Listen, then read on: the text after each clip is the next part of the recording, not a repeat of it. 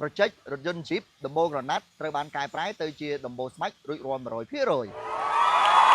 សួស្តីបងប្អូនទាំងអស់គ្នារថយន្តដែលខ្ញុំបានថតកាលពីប្រហែលថ្ងៃមុនគឺជារថយន្ត Jeep ដែលមានស្ថានភាពដើមគឺជាប្រភេទរថយន្តដែលមានដំបូលក្រណាត់យើងត្រូវបានកែប្រែនិងធ្វើការ modify ទៅជាប្រភេទរថយន្ត Jeep ដែលមានដំបូលស្បែកអញ្ចឹងបងប្អូនទៅតាមដានទស្សនាទាំងអស់គ្នាបាទរថយន្ត Jeep ដែលខ្ញុំបានថតជូនបងប្អូនទស្សនាកាលពីប្រហែលថ្ងៃមុនគឺយើងបាន complete 100%ហើយគឺរថយន្ត Jeep ដែលមានស្ថានភាពដើមគឺជាប្រភេទជាដំបូលក្រណាត់ឥឡូវយើងបានដោះជាប្រភេទដំបូលក្រណាត់ចេញយើងបានបំពាក់ជាមួយនឹងប្រភេទដំបូលស្មាច់ដែលមានការធ្វើចេញពីទឹកដៃក៏ដូចជាស្នាដៃរបស់ក្រុមការងារ VKH យើងទាំងស្រុង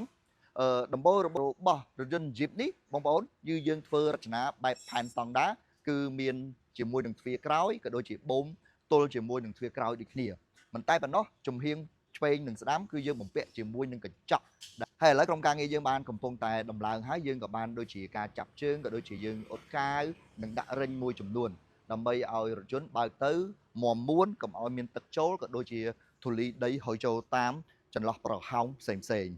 យើងបានដំឡើងជាមួយនឹងដំបូលនេះគឺយើងបានរចនាមកជាមួយនឹងទ្វារខាងក្រោយដែលមានភាពងាយស្រួលបិទបើកនៅពេលដែលយើងបើកទ្វារខាងក្រោមហើយយើងចាំទាញទ្វារខាងលើដែលមានទម្រង់បែបផែនដូច original មិនតែប៉ុណ្ណោះយើងបានធ្វើការកំងជាមួយនឹងត្រចៀកទ្វារខាងក្រោយដើម្បីឲ្យយើងមើលទៅមានស្ថានភាព fit នៃតួរថយន្តទាំងស្រុងតែម្ដងបងប្អូនដំបូលនេះយើងបានធ្វើរួចរាល់អស់ហើយយើងក៏បានធ្វើការបាញ់ថ្នាំតាមបទកថាបែបផែនស្តង់ដាដោយដំបូល original របស់រថយន្ត Jeep ទូទៅគឺប្រភេទជាខ្មៅហើយមានគ្រាប់ល្អិតតូចមិនតែប៉ុណ្ណោះយើងបានធ្វើការបាញ់ថ្នាំរួចក៏យើងរៀងធ្វើបែបណាឲ្យវាបែបផែនរលោងបន្តិចដើម្បីជៀសវាងការប្រើប្រាស់ទៅតាមតំបន់ដីហុយក៏ដូចជាតំបន់ផ្លូវគ្រូក្រហមមានសភាពកាន់និងជាប់ជាមួយនឹងសាច់ថ្នាំយើងតែម្ដងគឺយើងធ្វើបែបណាដើម្បីឲ្យមានភាពងាយស្រួលក្នុងការលាងឬក៏សម្អាតនៃដំបូលឬក៏ដូចជាតួរថយន្តទាំងមូលចឹងបងប្អូនទាំងអស់គ្នាអ្នកដែលប្រើប្រាស់ជាមួយនឹងរថយន្ត Jeep ដែលមានដំបូលជាប្រភេទដំបូលកណាត់លោកអ្នកបើមានដំណើរការចង់ធ្វើការ upgrade